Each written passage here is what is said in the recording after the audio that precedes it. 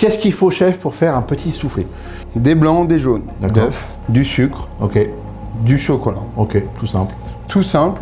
Celui-ci a la particularité, on va le faire en meringue italienne et pas en meringue C'est une française. belle astuce, ok.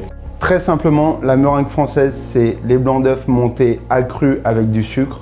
Et la meringue italienne, on fait un sirop de sucre qu'on verse sur les blancs d'œufs à moitié montés. Donc on commence par quoi? L'eau au fond de la casserole. Combien d'eau? Il y a 60 g d'eau pour 120 g de sucre. Donc là, on fait le sirop, on est d'accord? C'est le sirop. Donc là, on fait chauffer. Et pendant ce temps-là, on monte les blancs ou pas? Exactement. Donc moi, je vais beurrer les moules pendant ce temps-là. Donc vous voyez, il faut remonter le beurre vers le haut du moule, ce qui aidera le soufflé à pousser bien droit. Donc là, le chocolat, on l'a fait fondre au bain-marie.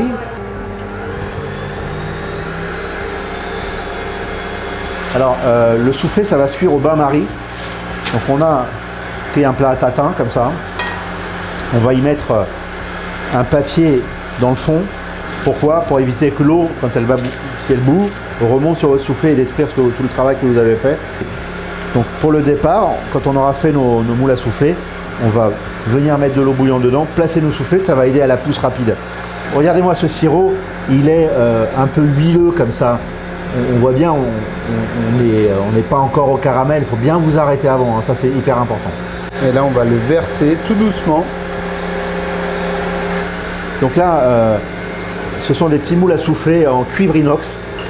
L'avantage de cet ustensile, c'est effectivement qu'on va retrouver comme ça une uniformité de cuisson.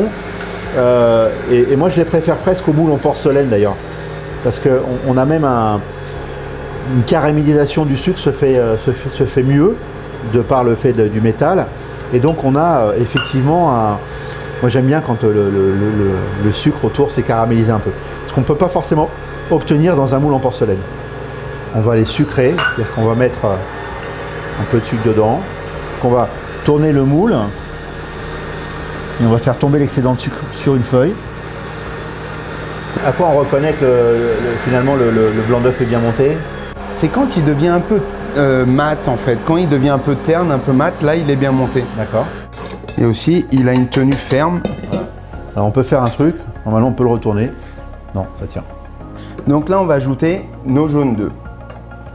Je casse. Ouais, merci. Donc vous voyez, le geste, c'est ça, c'est de faire en sorte que la maryse arrive au centre pour pas casser vos œufs et faire un mélange. Donc il faut absolument être délicat quand vous faites ça.